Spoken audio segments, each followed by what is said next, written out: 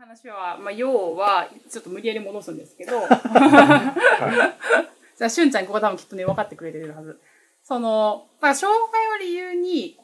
自分の今までの、なんていうか、考えてきた、道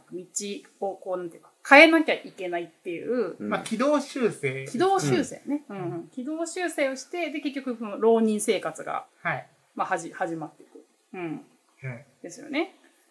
浪人1年間。浪人1年間。で、それちなみに、すごい細かい話ですけど、普通に、予備校とか行かれたんですか？予備校もなかなか受け入れてくれとか。ですよね。今までの流れだとそうですよね。予備校ってやっぱり予備校のそのある場所って大体ビルの2階とか、ビルの3階の一室とかが多くて、大概よくある大手のゼミナールの予備校とかだと、やっぱり鹿児島とかだとそういうところしか借りられてないんですね。部屋的に。だから、そもそも受け入れられませんっていうところが多くて、で、予備校と言っても、鹿児島の個人がやってる、個人の先生がやってるよりちょっと大きいぐらいの、個人の先生がみんな先生を雇ってるみたいな感じのところが、うちだったら、平屋だし、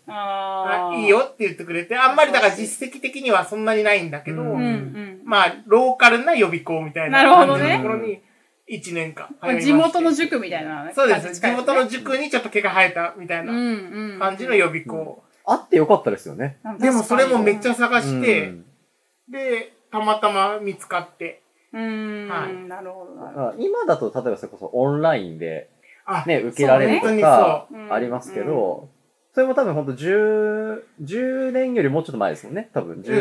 まだ10年ぐらい前は、やっとオンラインが始まったぐらいで、確かに。そもそもそれこそ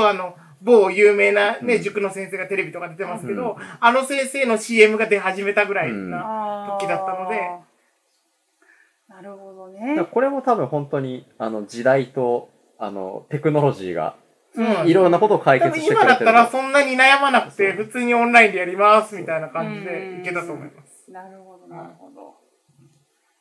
面白い。で、なんか結局、1年の浪人を経て大学に進学をし、そこ、なんか、大学生活はどうでした？大学生活は、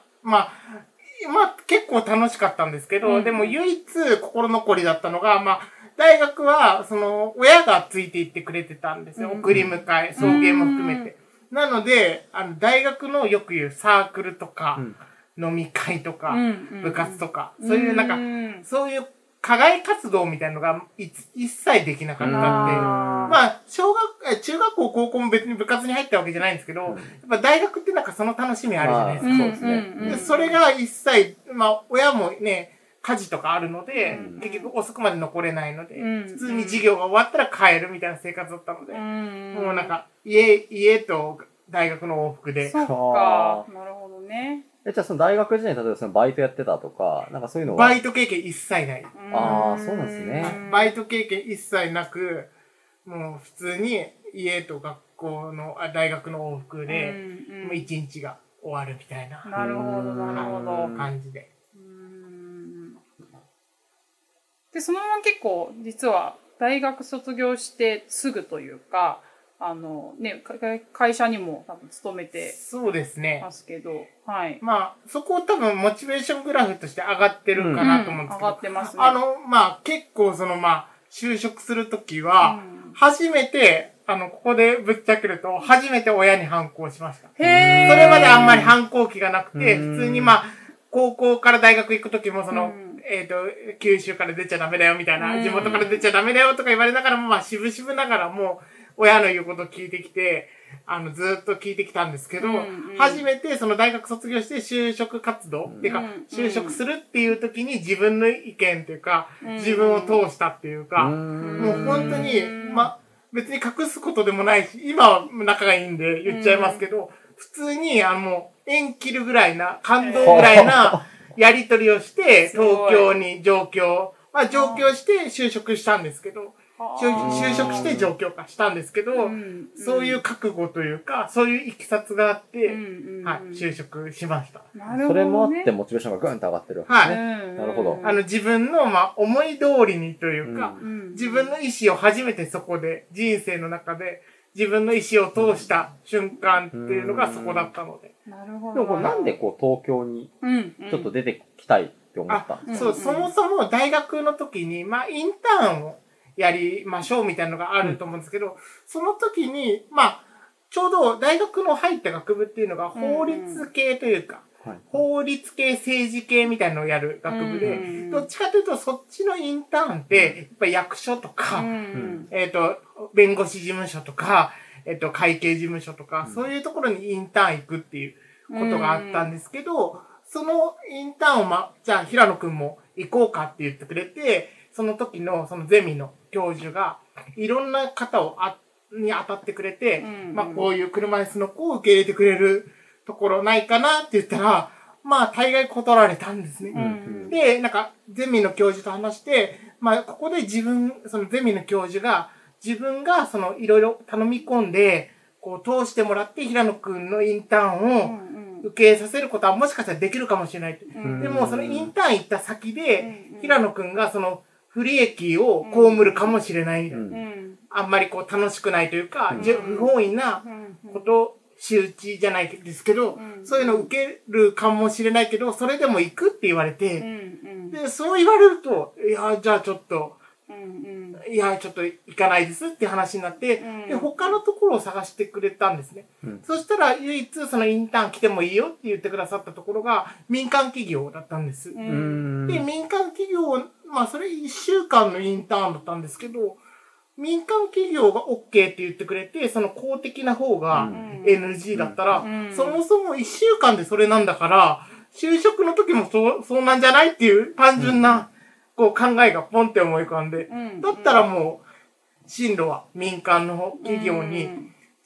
しようってそこで思って。で、民間企業にすると、結局、地元で探すとほぼほぼないんですね。結局、就職、まあ、要するに車椅子であっても働けるような、その求人みたいなところがほぼほぼなくて、僕の頃はちょうど就職氷河期ちょっと開けたぐらいだったので、そもそもなんかそういうハローワークとか、公的な機関への就職もそんなにない、こういう車椅子の方とかはないような時代だったので、これはもう民間企業一本に絞るんだなと思って企業研究みたいなのをし始めると、大体合同説明会みたいなああいうのが、都市部しかやってないですね。九州だと福岡。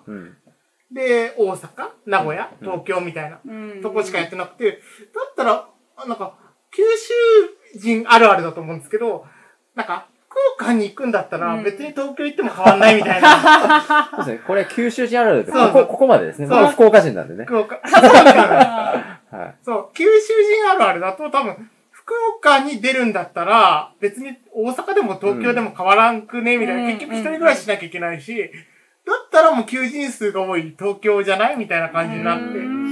で、東京に、こうシフトというか、まあ東京の会社さんをこう説明会とかでこう回ってたのが多分始まりというか。それは東京に説明会出向くんですか？そうです。もちろん。東京でしか多分説明会がないので。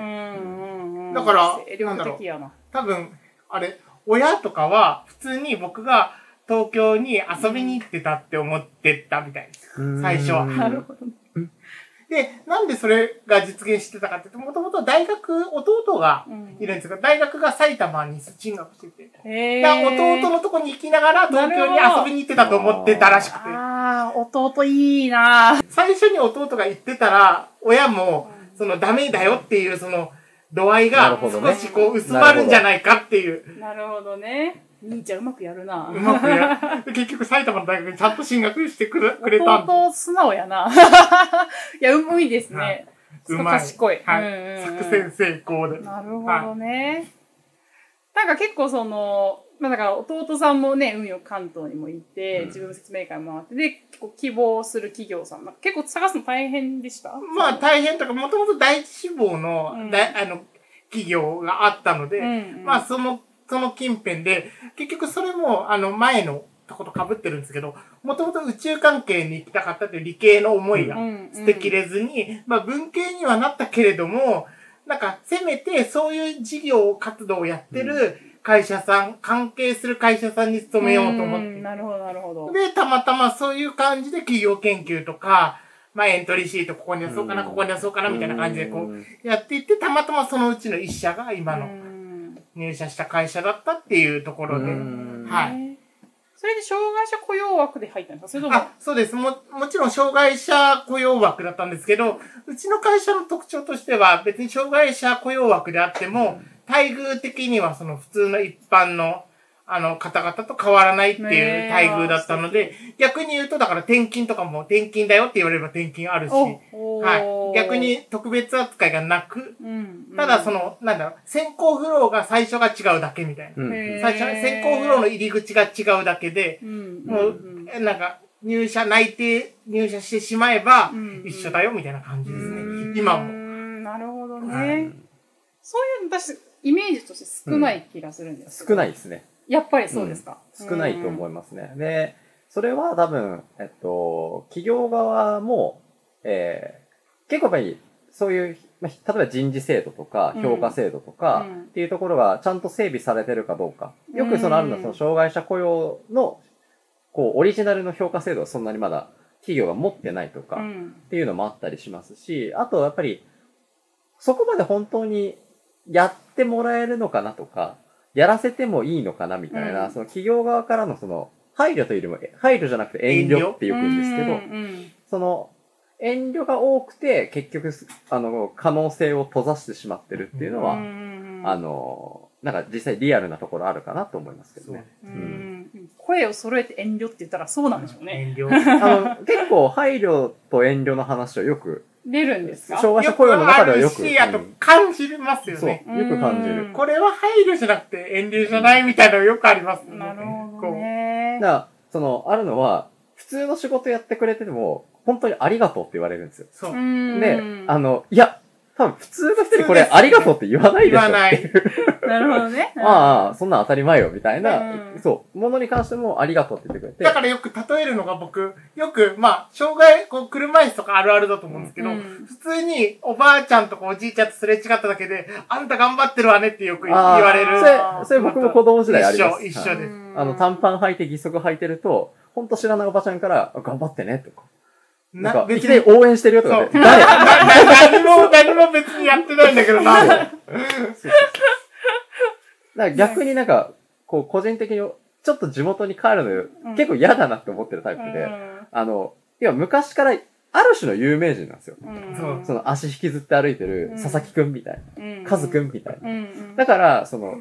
構ね、話しかけられるんですよ、地元に帰ると。今何やってるのとか。もうそういう、オフ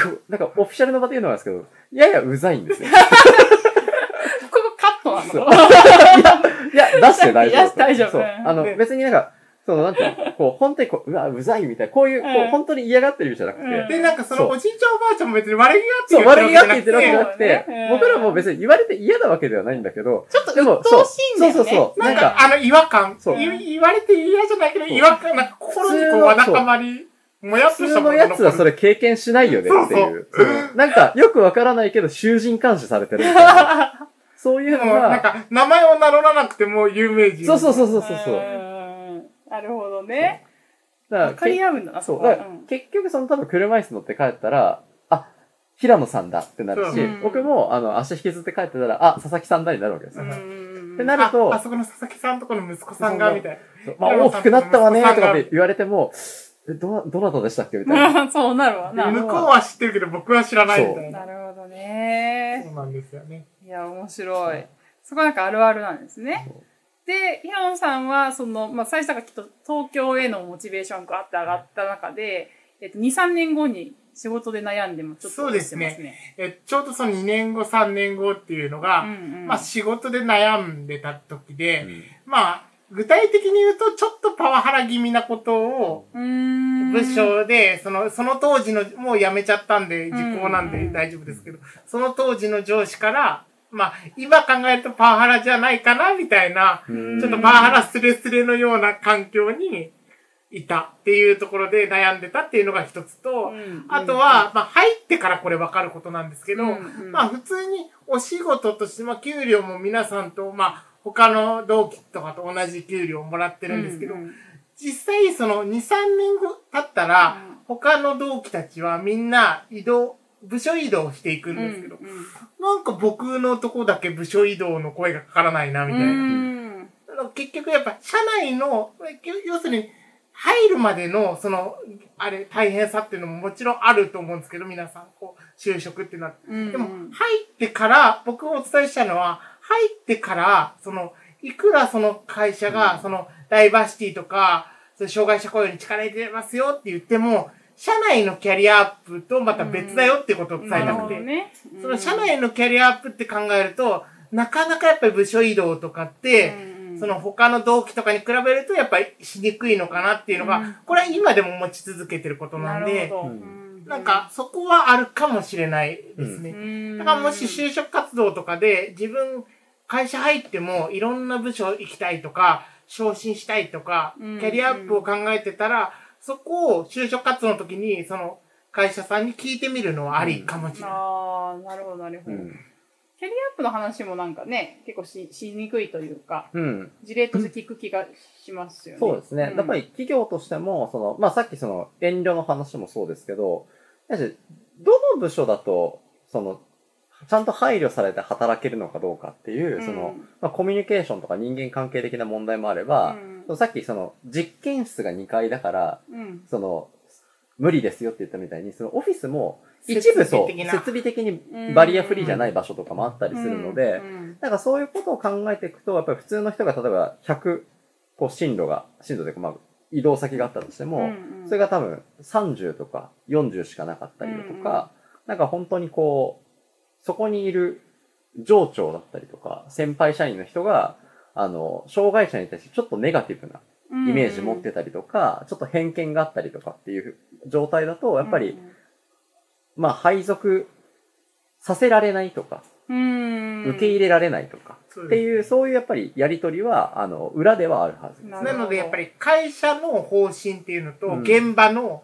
その感覚、例えば上司とか、実際自分と一緒に仕事する人がどう思ってるかとか、そういうところってやっぱりなかなか同じにならない。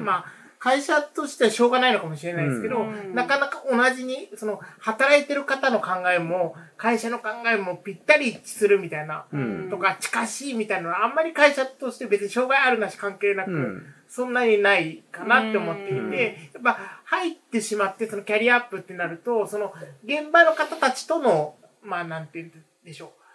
う、やりとりというか、その中の関係性で、どんどん、社内のキャリアアップって構築されていくので、そこは、やっぱ今からのってか、これからの課題でもあるかなって。今多分、就職っていう面では、障害雇用率とか、ね、すごい積極的な企業も増えてきて、だいぶ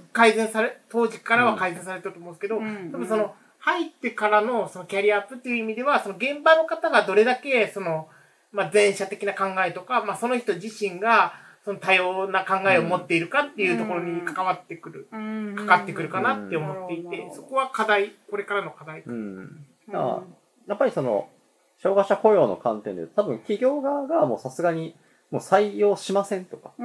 雇用したくないですっていう会社はもうほぼないのが前提で、もう全然採用とか就職に関しては問題ないですよっていうのは多分障害者雇用で言うと、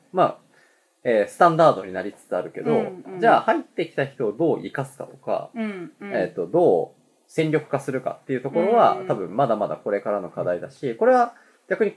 障害者側の課題としてもあって、結構やっぱ働けることがゴールになるというか、就職がゴールになりやすいので、就職がゴールなんじゃなくて、就職先で何をするかとか、いくら稼ぐかとか、どういうポストに就きたいかとか、そういうところまでなんかいろいろ考えられるようにならないと、なんか障害者雇用って企業側の努力だけでもう、なんとかなる世界じゃないのかなっていう。達成みたいになっちゃうのもちょっとね、確かにね。もったいないなっていう気がして。だから、なんかちょっと脱線するかもしれないけど、なんか、就職することがゴールの人たちばっかり入社されても、多分企業としてはポジティブなイメージを湧きづらいと思うんですよね。やっぱ、障害のある人も働いてても、どんどんなんか、もう前向きな人というか、もうなんか、仕事くださいみたいな。もう何でもやりますみたいな人たちが、こう、障害者雇用でどんどん増えてくると、多分やっぱ企業の風土も変わっていっていくと思うけど、それってやっぱり企業側が、こう自分たちで変わっていくっていうよりは、働いている障害者が、こう、その姿とか、そういうのを見てどんどん企業が変わっていく部分だと思うので、だから本当に平野さんみたいな人がこう100人ギャーって来て、なんか仕事やりたいですってガーって来ると、多分企業も考えることになると思うし。なるほど、なるほど。やっぱだから当事者側も遠慮はいらないっていうか、当事者側もやっぱりなんか自然と遠慮してしまっているんじゃないかって。自分にこの仕事できるのかなとか、自分がキャリアアップの話をしてもいいのかなとか、そういうなんか、不要な遠慮じゃないですけど、遠慮しすぎるみたいなところがあるので、そういうところはまあ当事者側も変わっていかないと、やっぱりお互いが変わっていくところかなと思いますね。なるほど。27歳の時にボッチャを始めて、そうですね。で、ここで初めてその課外活動みたいな話が出てくるんですけど、たまたま、うちの会社がですね、オリンピック・パラリンピックに関わることになりまして、その中でそのパラスポーツを普及していきましょうみたいなことを命題としてありまして、で、その時にそのうちの部にじゃあ、新しいそのパラスポーツの部活じゃないですけど、サークルじゃないけど、そういうのをじゃあ作ってみんなでまずその競技を親しもうみたいな感じになった時に、うちの会社はボッチャをやりますっていうのを掲げたんですね。会社として。で、そうなって僕実はその、ボッチャ部総部の時は全然関わってないんです。そうなんです。むしろいていそう。そうね、むしろいそうじゃないですか。ボッチャのプレイヤーじゃんみたいな、ね。初期メンバーでいそうなんですけど、全然そんなことはなくて、普通にボッチャ部は、今でもボッチャ部っていうのはあるんですけど、ボッチャ部は、実はまだメンバーとしては僕しか障害者が入ってないぐらい、40人ぐらいいる中で僕一人なんですよ、障害がある人って。で、それぐらい普通の、要するに社員さんたちがみんなでこう、やろうっていう、楽しもうっていうので入ったんですけど、で、たまたまそうなった時に、じゃあ企業対抗試合みたいなのあるじゃないですか。そういう時に、じゃあうちの会社のチームで出ようみたいになった時に、その大会の出場規定で、障害者が一人混ざっていることで、チームの中に、障害者が一人所属、在籍して、チームので構成されてることみたいな正し書きがあって、で、そうなった時にうちの社員の人たちが、ボッチャ部の社員の人たちが、これ僕ら出れないじゃんみたいな。で、誰か障害の人を見つけないと出れないじゃんみたいなことになって、で、たまたま僕はその時にちょうどなんかイベントのボランティアをやったことがあって、で、それでボッチャ部の方と繋がってたんですね。で、なんか、僕たちこう、大会出たいんだけど、こういう規定があって出れないから、もしよかったら人数合わせでも構わないから、平野くんちょっとボッチャ部入らないとか誘われて、いや、僕ボッチャなんてやったこと、ボッチャ存在は知ってますけど、やったことないですよって、そんなパラリンピックのスポーツなんてやったことないですっていう話をしたんですけど、まあ、でも大会に出たいって言ってたから、まあ、しょうがないなと思って、入ったのがきっかけ。なるほどね。へー。はい。で、そこからね、平野さんといえばね、パラを目指されているってイメージもね、まあ、あるんですけど、モチベーショングラフもね、ぐっと上がっていきますけど。実はですね、そのパラスポーツっていうかパラリンピック種目であるボッチャなんですけど、いろいろクラス分けが、まあ、佐々木さんとか詳しいので、多分ご存知だと思うんですけど、クラス分けがありまして、僕、クラス分けをされたんですね。この前全日本選手権の予選に出た時に、クラス分けっていうのを初めて受けたんですけど、その時に、いや、平野さんは、BC2 か、オープンの間ぐらいですねって言われて。全然わからん。わかりますかね。で、ボッチャは BC1、BC2、BC3、BC4 と、あと日本独自、国内独自でオープンっていうのがあって、で、実はパラリンピックに出られる人たちで BC ってついてるクラスだけなんですね。で、BC2 っていうのは脳性麻痺の方が主に所属されてるクラスなんですけど、僕はたまたま投球とかを見せるんですけど、それをなんか見せて判定員の、クラス分け判定員っていうのがいらっしゃって、その方に言ったら、微妙だなとか言われて、BC2 ではあるけど、でもなんかこう、身体能力的にはオープンかな ?BC かなみたいなこと言われて、なんか、めちゃくちゃ能力高い。で、どっちで出ますかとか言われて、で、なんか、別にもうお任せしますって言ったら、まあ、じゃあ、とりあえず初めてだから、オープンで様子見てみましょうって言って、オープンで出たために、パラリンピック出場資格がないっていう、微妙なところに入ってしまって、で、まあ、だからパラリンピックに選手としては出れないんですけど、でも何かしら関わりたいなと思っていたら結局その後、いろいろ関わることが増えて、とっても嬉しいなっていうので今に至って、まあ今に至ってるというかモチベーショングラフが上がってるところに至ってる。至ったっていうところなんですけど。で、ここの上がって28歳の時にご自身で NPO 法人も立ち上げた。そうです。そう。で、実は28の時に、さっきキャリアアップで悩んでたっていう話をしたと思うんですけど、じゃあ、会社の中でできないんだったら、じゃあ、会社とは別のところでやってもいいんじゃないかなっていう思いがふつふつと湧き始めて、それはなんでかって、ちょうど2018年の4月に、うちの会社の制度が変わって、まあ、兼職、まあ、要するに副業みたいな感じ。副業で OK、まあ、いろいろ、起こす事業とかに制限はあるんですけど、でも副業 NPO とか、そういういろんな会社を立ち上げたりとか、副業 OK だよっていう制度が、会社の制度が変わって、じゃあこれをきっかけにちょっと自分でも、自分のじゃあやりたいことを、今はどっちかというとやりたいこと 100% できてるかっていうと会社ではなかなかできなかったっていう思いがあったので、自分のやりたいことをやるために、ちょっとそういうのをやってもいいんじゃないかなって思い始めて、でたまたまちょっと仲間が見つかったので、それで一緒にじゃあ二人で立ち上げようかって言って立ち上げたのが今の NPO ですね。なるほど、なるほど。いやー、なんかその NPO の話もね、ちょっと詳しく聞きたいんですけど、後半でちょっと宣伝も兼ねて、じっくり聞こうかなと思うんですけど、いいですか？いいですよ。はい。で、まあ、せっかくなので、結構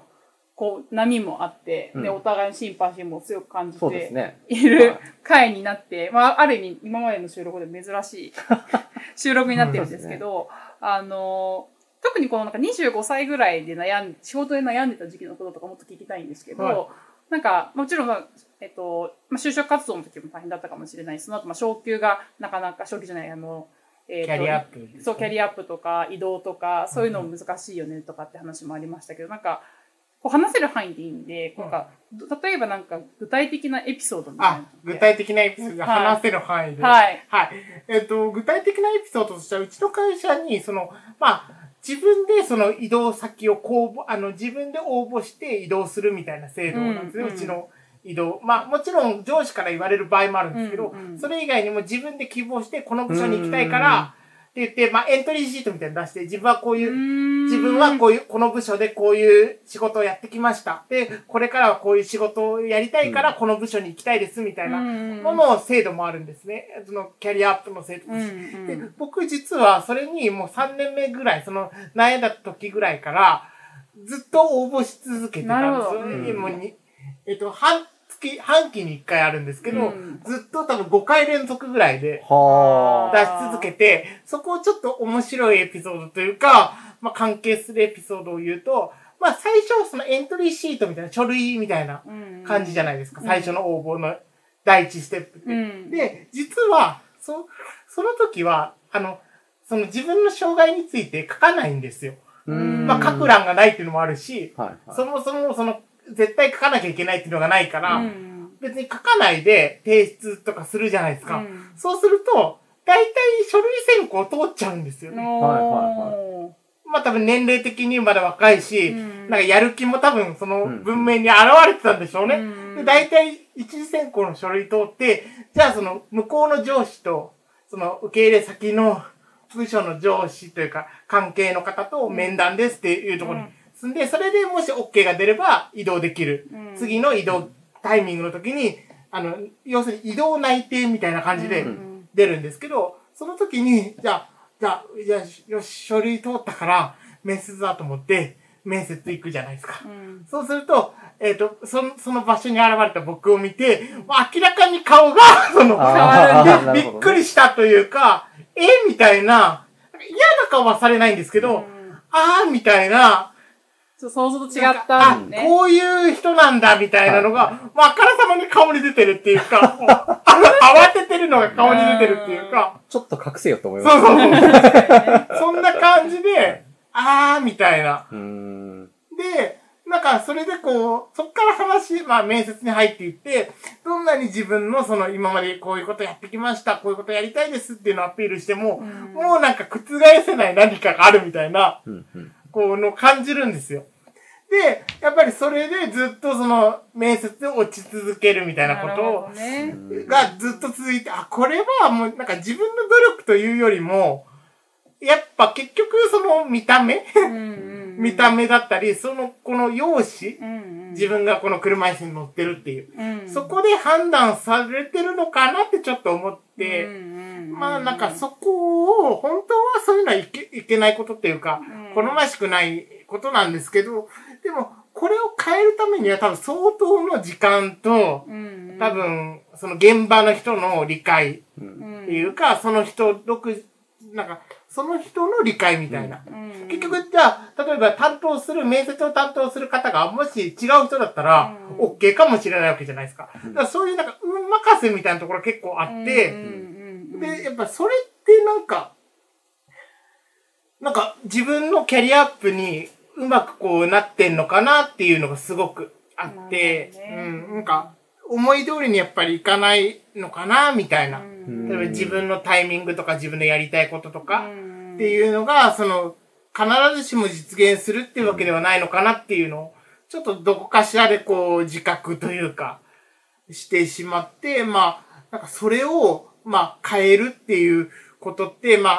存知の方もいるかもしれないですけど、結構大きな会社なので、そこをやっぱり根本から、じゃあ会社自体とかその人自身が変わるかっていうと、なかなかの労力とか、多分僕一人の力ではどうにもできないところがあってっていうのが、エピソードですかね。なるほど。話せる範囲でのエピソード。ちなみに今、もう、例えば、